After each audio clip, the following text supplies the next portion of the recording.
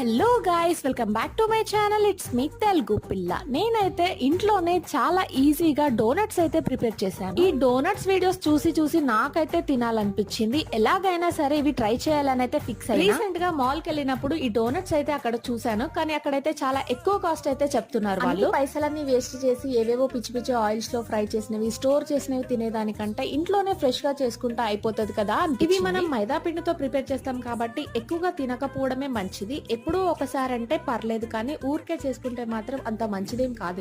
ఇవి చేయడం ఏమో కానీ నా తల ప్రాణం తోకకొచ్చేసింది. ఎందుకంటారా, ఇవి చేయడం అయితే చాలా పెద్ద ప్రాసెస్ అండ్ చాలా టైం పడుతుంది ఇవి చేయడానికి. ఈవినింగ్ 4 కి స్టార్ట్ చేశాను, అయిపోయేసరికి 7:30. ఇవి చేయాలి అంటే చాలా ఓపిక ఉండాలని అర్థమైంది. టేస్ట్ గురించి అంటారా, చాలా బాగున్నాయి. వాటిని పట్టుకుంటే ఫ్లఫీగా, సాఫ్ట్ గా చాలా బాగున్నాయి.